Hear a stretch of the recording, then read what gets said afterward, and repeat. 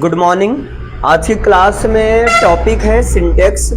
और देखिए, सिंटेक्स एक मेजर टॉपिक है जो कि एक तरह से देखा जाए ग्रामर के 50% पोर्शन को कवर कर लेता है।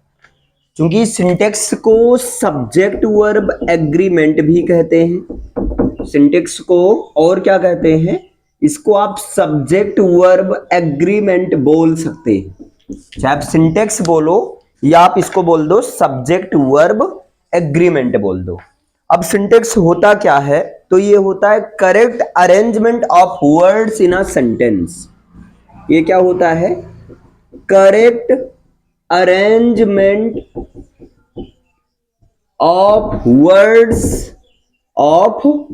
वर्ड्स इन अ सेंटेंस, यानी कि किसी सेंटेंस में जो वर्ड्स का सही अरेंजमेंट होता है, सही तरीके से व्यवस्था होता है, उसी को कहा जाता है सिंटेक्स कहा जाता है।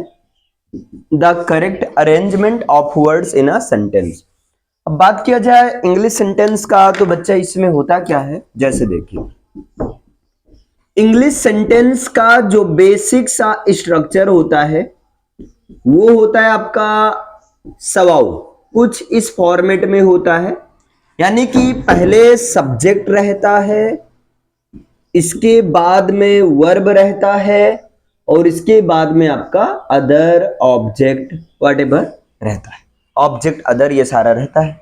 अब क्या होता है? वर्ब के जो वर्ब आता है वो हेल्पिंग वर्ब और मेन वर्ब लेकर आता है। ठीक है, दोनों के साथ आ सकता है। कहीं कहीं होता है हेल्पिंग वर्ब नहीं आता है। फिर यहाँ अदर ऑब्जेक्ट रहता है। ये जो इंग्लिश सेंटेंस का बेसिक सा स्ट्रक्चर होता है, होता तो यही है। लेकिन अब इसमें क्या होता है? जैसे एडवर्ब है, एडवर्ब को वर्ब के पहले रख दिया जाता है। जैसे मैं कहूं I also go to school, मैं भी स्कूल जाता हूं।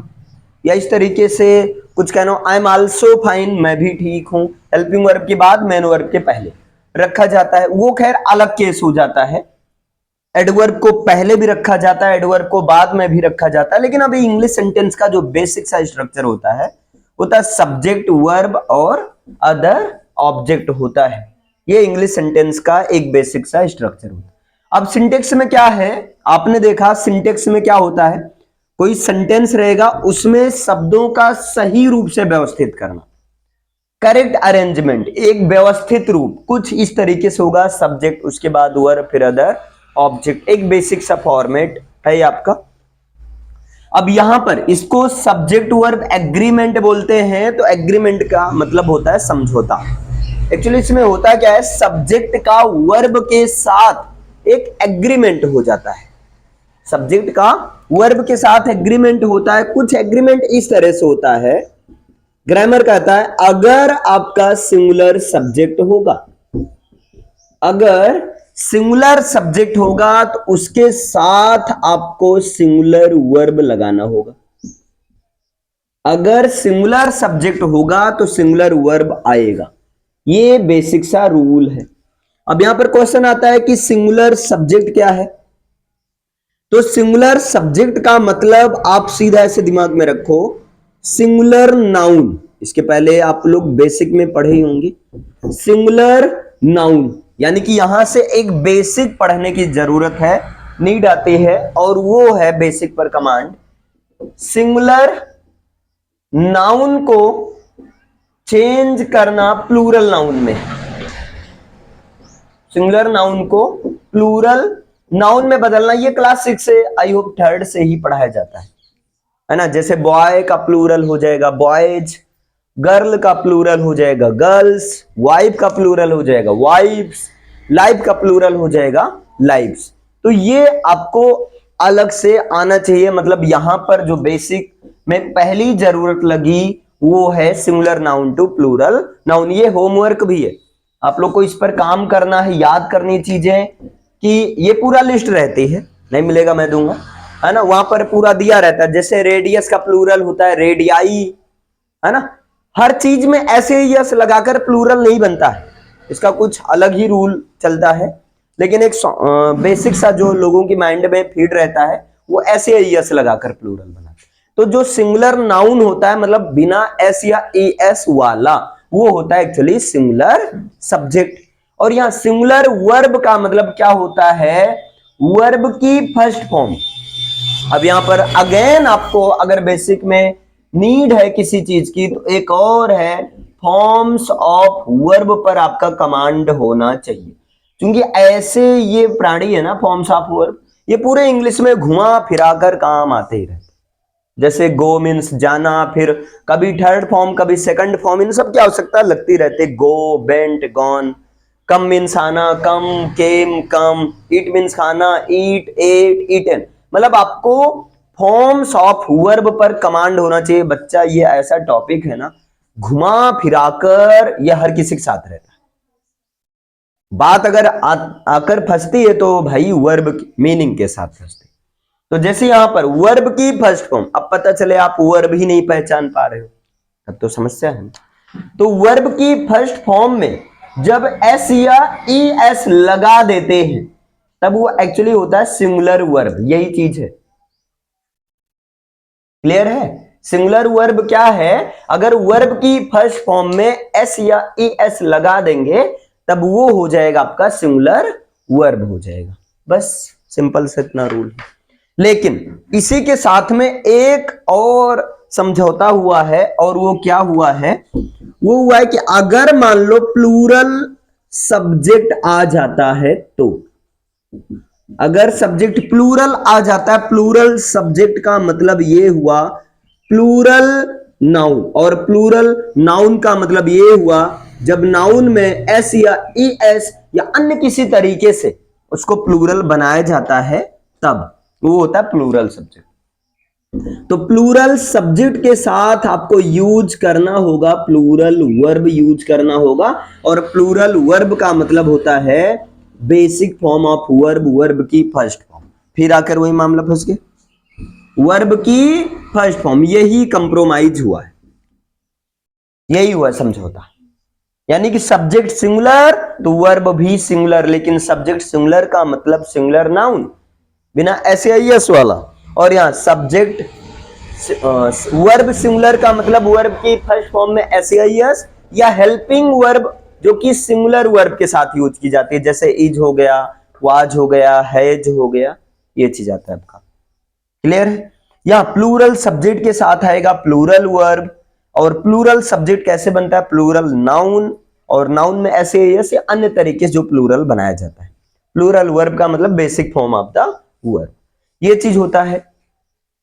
अब जैसे मैं बात करूं एक एग्जांपल की, क्योंकि एग्जांपल से चीजें क्लियरिटी आती हैं, क्लियर हो जाती है।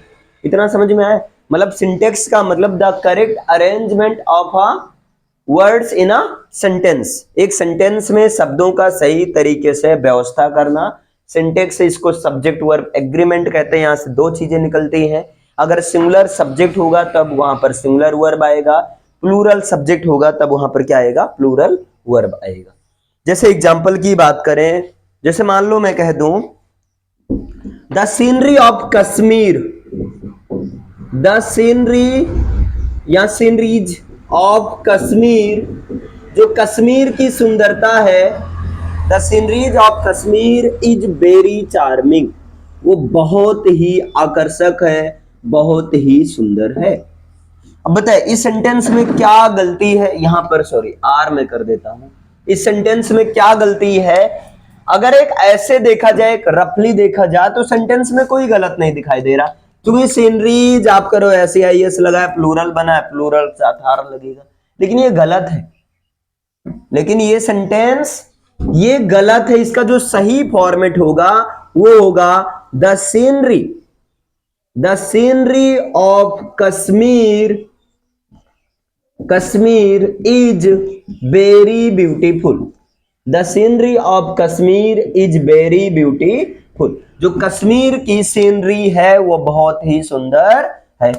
अब ये सेंटेंस आपका सही है, ये गलत है, इसका रीजन क्या है, क्योंकि सीनरी यानी कि सीनरी का मतलब होता है सुंदरता, और सुंदरता को देखा नहीं जा सकता है, खासकर नेचर के सुंदरता की बात किया जाए तो उसको देखा नहीं जा सकता, उसको केवल महसूस किया जा सकता है ना। जैसे एक इंसान के भी केस में कहा जाता है कोई सुंदर उंदर बाहर से सुंदर होने से कोई मतलब नहीं होता, मेन मतलब होता है कौन कितना अंदर से सुंदर है।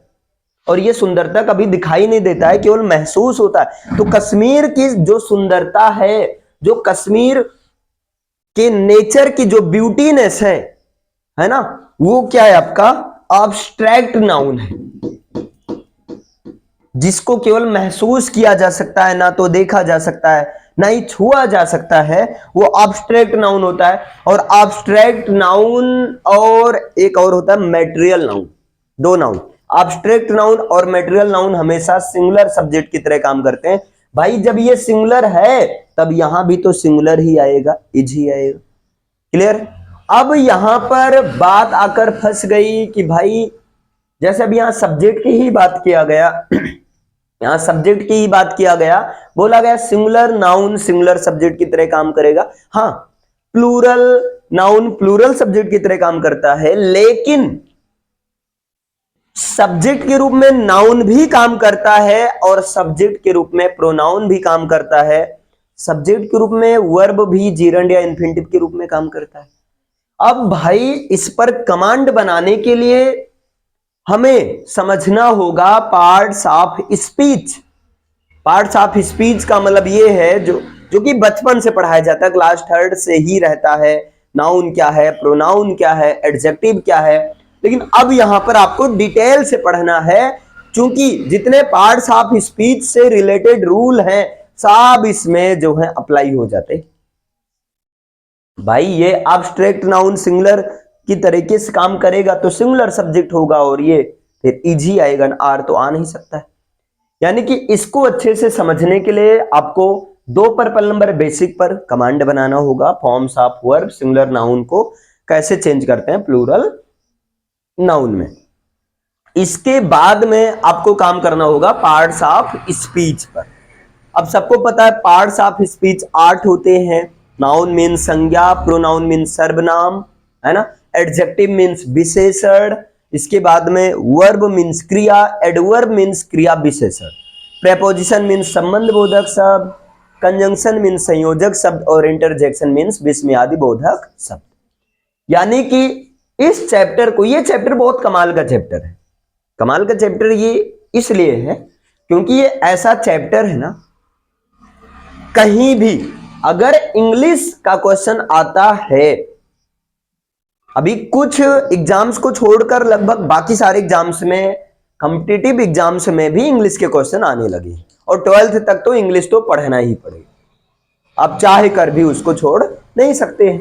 तो कहीं ना कहीं ये सिंटेक्स से क्वेश्चन आता है। हाई स्कूल में सिंटेक्स नाम ना देकर सीधा पार्ट्स ऑफ स्पीच नाम दिया गया था, वहां पूरा डिटेल से। 11th में भी है, 12th में तो चल ही रहा, आप देख ही रहे। क्लियर? पहले से नोट डाउन कीजिए, इसके बाद हम लोग पढ़ाएंगे parts of speech. Okay, parts of speech एक एक करके पूरा समझेंगे डिटेल से, ताकि ये समझना आसान हो जाए। ओके, नोट डाउन करिए इसे। अब यहां पर इसके बाद हम लोग को समझना है पार्ट्स ऑफ स्पीच, यानी कि पहला क्वेश्चन यही बनता है कि पार्ट्स ऑफ स्पीच होता क्या है। क्लियर है? तो इसको ऐसे समझो, देखिए पार्ट्स ऑफ स्पीच यानी कि एक स्पीच का, किसी स्पीच का जो पार्ट होता है वो क्या होता है, पार्ट्स ऑफ स्पीच। स्पीच का मतलब आप बोल सकते हैं एक तरह से लेक्चर होता है, एक तरह से स्टेटमेंट होता है, एक तरीके का वो जो है सेंटेंस होता है। बस अंतर ये होता है कई सारे सेंटेंसेस को, कई सारे स्टेटमेंट को मिला दिया जाता है ना। तो स्पीच मीन्स स्टेटमेंट या सेंटेंस, सिंपली समझो तो किसी सेंटेंस को किन पार्ट में ब्रेक किया जा सकता है, किसी सेंटेंस को जितने भागों में विभाजित किया जा सकता है, उन्हीं छोटे छोटे भागों, वो सब कैसे बनते, वो छोटे छोटे भाग पार्ट्स ऑफ स्पीच से बनते। मतलब अगर मैं सीधा बोलूं पार्ट्स ऑफ स्पीच क्या है, तो ग्रामर में क्या हुआ है, कुछ वर्ड्स का ग्रुप बनाया गया है ना, group of special words, a group of special words, कुछ महत्वपूर्ण, कुछ विशेष शब्दों का एक ग्रुप बनाया गया है। एक्चुअली पार्ट्स ऑफ स्पीच क्या होता है, ग्रुप ऑफ स्पेशल वर्ड्स, है ना। एक कुछ विशेष शब्दों का समूह होता है, क्लियर, और इनका काम होता है सेंटेंस को बनाना। इनका काम क्या होता है? सेंटेंस को बनाना। तो group of special words that is used, जिनको यूज किया जाता है in the formation of sentence, in the formation of sentence, यानी कि सेंटेंस के फॉर्मेशन में जिनको यूज किया जाता है, in the formation of sentence, sentence के फॉर्मेशन में जिनको यूज किया जाता है। अब ऐसे स्पेशल वर्ड्स कितने हैं? तो वो स्पेशल वर्ड्स जो है 8 हैं। स्पेशल वर्ड्स कितने हैं? 8 हैं। तो a group of special 8 words, मतलब विशेष या कुछ विशेष 8 शब्दों के समूह को जिनका यूज सेंटेंस के फॉर्मेशन में यूज किया जाता है, उन्हीं को कहते हैं पार्ट्स ऑफ स्पीच। अगर मैं पूछूं पार्ट्स ऑफ स्पीच की नंबर कितनी है, तो पार्ट्स ऑफ स्पीच 8 हैं इन नंबर। पार्ट्स ऑफ स्पीच संख्या में कितने हैं? तो पार्ट्स ऑफ स्पीच संख्या में जो है 8 है। अब यहां पर क्वेश्चन आता है कौन कौन से 8 हैं? तो जो पहला आता है वो है नाउन, और नाउन मीन्स होता है संज्ञा, इधर ध्यान दीजिए। दूसरा होता है प्रोनाउन, और प्रोनाउन मीन्स होता है सर्वनाम, प्रोनाउन मीन्स होता है सर्वनाम। और तीसरा होता है एडजेक्टिव। तीसरा क्या होता है? एडजेक्टिव, और एडजेक्टिव मीन्स होता है विशेषण। एडजेक्टिव मीन्स क्या होता है? विशेषण। इसके बाद में होता है आपका वर्ब, और वर्ब मीन्स होता है क्रिया, वर्ब मीन्स होता है क्रिया। इसके बाद में है एडवर्ब, एडवर्ब मीन्स होता है क्रिया विशेषण। एडवर्ब मीन्स क्या होता है? क्रिया विशेषण होता है। इसके बाद आपका नेक्स्ट आता है, यानी कि पहला नाउन, दूसरा प्रोनाउन, तीसरा एडजेक्टिव, नेक्स्ट वर्ब, और नेक्स्ट हो गया एडवर्ब। इसके बाद में जो होता है आपका वो होता है प्रीपोजिशन, है ना, प्रीपोजिशन, और इसका मतलब होता है संबंध बोधक शब्द। क्या होता है? संबंध बोधक शब्द होता है, क्लियर। और अगला जो होता है वो होता है कंजंक्शन, कंजंक्शन, और कंजंक्शन मीन्स होता है संयोजक शब्द। कंजंक्शन मीन्स क्या होता है? संयोजक शब्द होता है। इसके बाद में नेक्स्ट आता है आपका इंटरजेक्शन। नेक्स्ट क्या आता है? इंटरजेक्शन। अब यहां ये समझना है इंटरजेक्शन क्या है। तो इंटरजेक्शन मीन्स होता है विस्मयादि बोधक शब्द, विस्मयादि बोधक, विस्मयादि बोधक शब्द, ये चीज होता है आपका। अब यहां पर इसका यूज क्या, इसका फायदा क्या, यूज कैसे होता है, कहां कैसे? देखो, नाउन का मतलब होता है कोई भी नाम, नाउन, इसीलिए नाउन को नेमिंग वर्ड कहते हैं। नाउन को समझने के पॉइंट ऑफ व्यू से नेमिंग वर्ड भी कहा जाता है, क्योंकि किसी भी नाम को इंडिकेट करने का काम नाउन का है। क्लियर है? नाम की बात होगी तब नाउन होगा। अब नाम भी कभी तो डायरेक्ट बुलाया जाता है, कभी कॉमन रूप से बुलाया जाता है, तो वहां पर नाउन के बारे में डिटेल्स अभी एक रफली समझते हैं। ओके, प्रोनाउन क्या होता है? नाउन के शब्द, नाउन के जगह पर जिस शब्द का यूज किया जाता है उसे कहते हैं प्रोनाउन। यानी कि ये क्या होता है? रिप्लेसिंग ऑफ नाउन, नाउन का रिप्लेसिंग वर्ड होता है, नाउन के जगह पर यूज होने वाला शब्द होता है। तो आप इसको शॉर्ट में बोल सकते हैं रिप्लेसिंग वर्ड ऑफ नाउन, यानी कि नाउन का रिप्लेसिंग वर्ड है। इसका मतलब क्या हुआ? नाउन की जगह पर यूज होने वाला शब्द है प्रोनाउन। और एडजेक्टिव क्या होता है? ये होता है क्वालिफायर, क्वालिफायर ऑफ नाउन और प्रोनाउन, नाउन या प्रोनाउन के बारे में बताने वाला। यानी कि नाउन या प्रोनाउन के बारे में जो कुछ भी बताने का काम, क्वालिफाई करने का काम होता है, वो होता है एडजेक्टिव का। वर्ब क्या होता है? वर्ब ये एक्शन को बताता है, काम को बताता है, कौन सा काम किया जा रहा है, इसलिए वर्ब को कहते हैं एक्शन वर्ड। इसलिए वर्ब को क्या कहा जाता है? एक्शन वर्ड, चूंकि ये काम करता है एक्ट, एक्शन को बताने का स्टैटिक वर्ब भी होता है ना। एक्शन में भी एक तो जैसे स्टेट का, स्टेट लेवल का बताता है, जैसे मेंटली, और एक फिजिकली होता है, तो नाउन को एक्शन वर्ड। अब एडवर्ब क्या होता है? तो ये जो एडवर्ब होता है ना, ये भी क्वालिफायर वर्ड होता है, यानी कि क्वालिफायर ऑफ, ये किसका होता है? ये एडजेक्टिव के बारे में बताता है, वर्ब के बारे में बताता है, और जो है अनदर एडवर्ब, अनदर एडवर्ब, और अन्य किसी दूसरे एडवर्ब के बारे में बताता है एडवर्ब। क्लियर? प्रीपोजिशन क्या होता है? इसको आप बोल सकते हैं रिलेटिंग वर्ड, ये रिश्ता नाता बताता है ना। नाम से क्लियर है। प्रीपोजिशन मतलब इसकी जो पोजीशन होगा वो किसी नाउन या प्रोनाउन से पहले होगा और जाकर किसी दूसरे नाउन या प्रोनाउन से बताएगा, एक तरह चुंगली करेगा कि हाँ ये ऐसे। क्लियर है? तो इसको हम बोल सकते हैं रिलेटिंग वर्ड, या इसको बोल सकते हैं relation showing word, relation showing word, यानी कि संबंध बताने वाला शब्द। क्लियर? और कंजंक्शन क्या होता है भैया? सी फॉर कंजंक्शन और सी फॉर कनेक्टर। तो कंजंक्शन ऐसा शब्द होता है जो कि दो शब्दों को, दो वाक्यों को, दो वाक्यांशों को, दो उपवाक्यों को जोड़ने का काम करता है, यानी कि इसको ज्वाइनर वर्ड या जो कनेक्टर बोल सकते हैं। क्लियर है?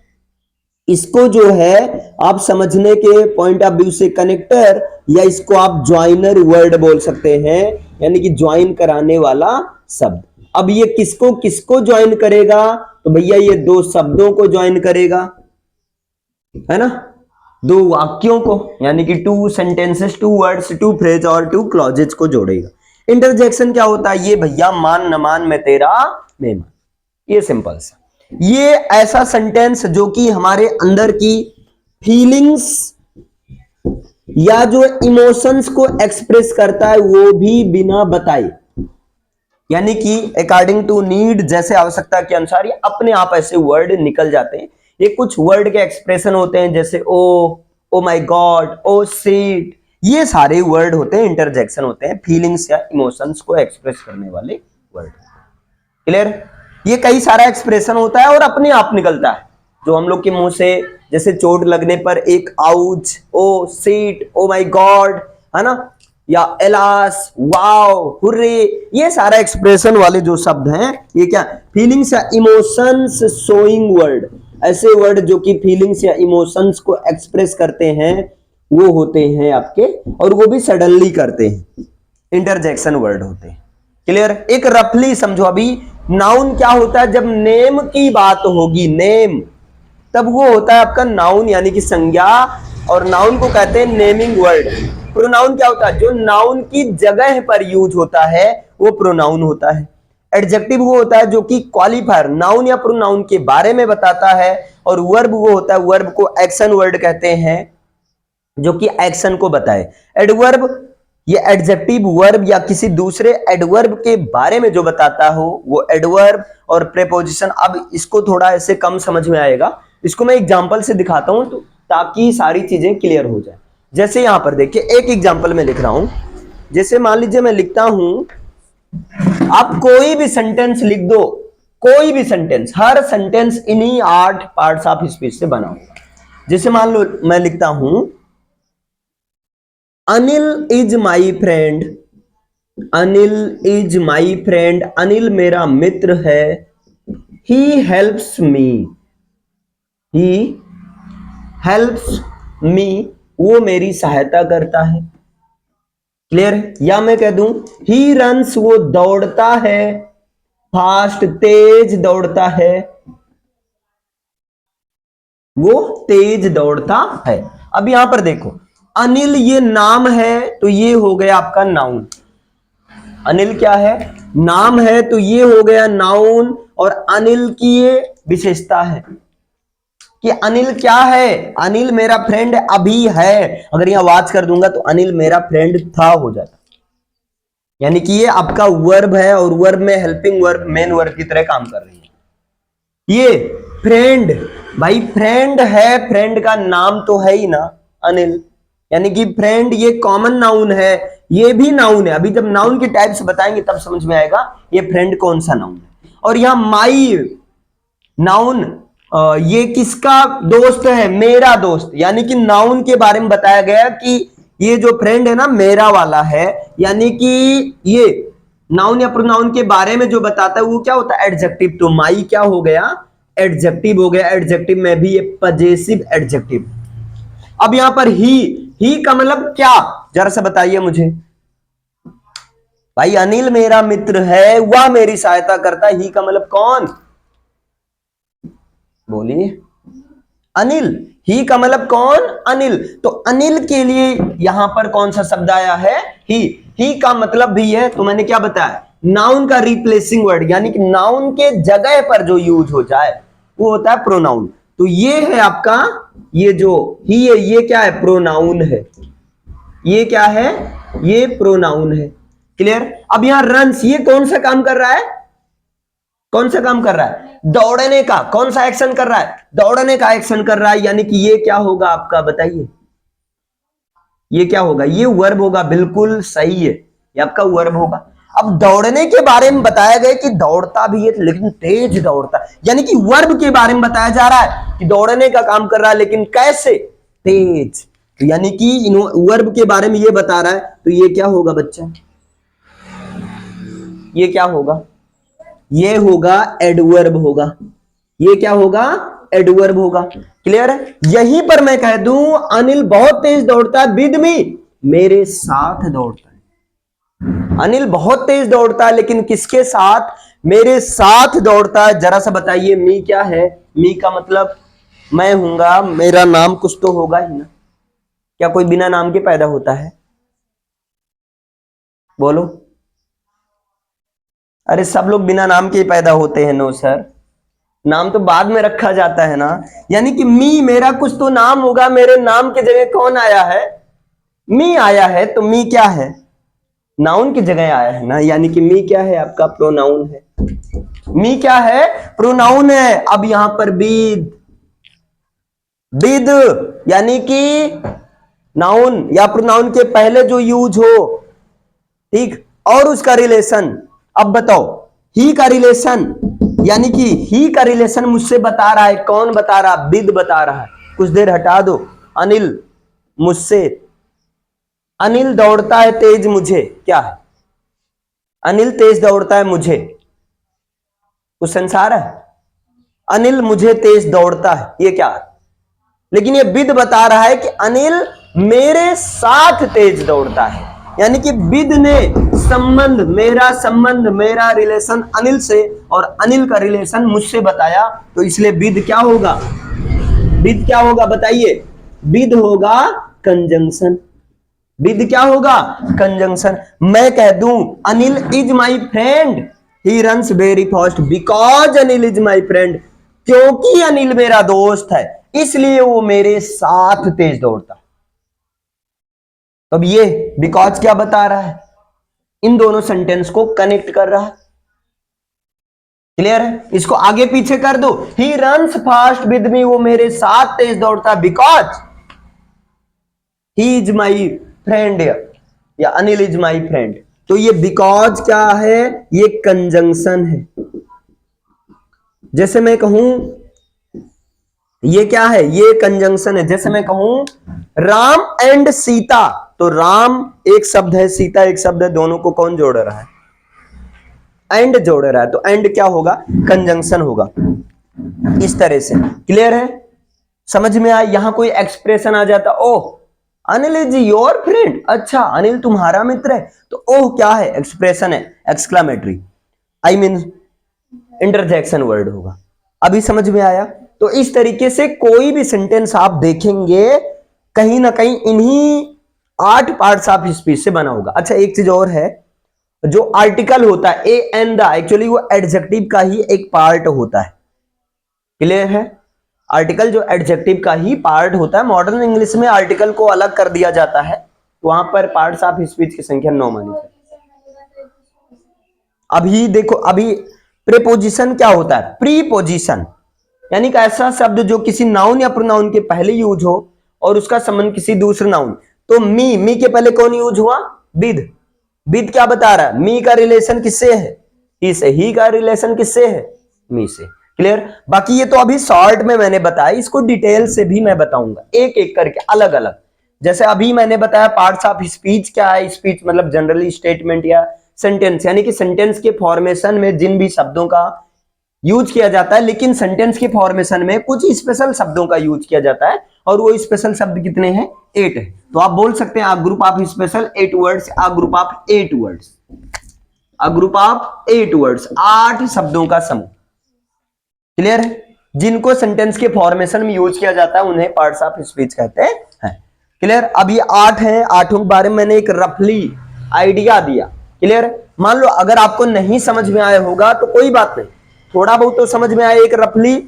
अब इसके बाद एक एक करके बताएंगे, यानी कि नाउन उठाएंगे, फिर पहले नाउन के बारे में, फिर उसके टाइप्स, फिर नाउन से रिलेटेड रूल्स, फिर प्रोनाउन, फिर एडजेक्टिव, इस तरह से 1 बाय 1 करके पढ़ेंगे। ओके, इसे नोट डाउन करिए। Thank you.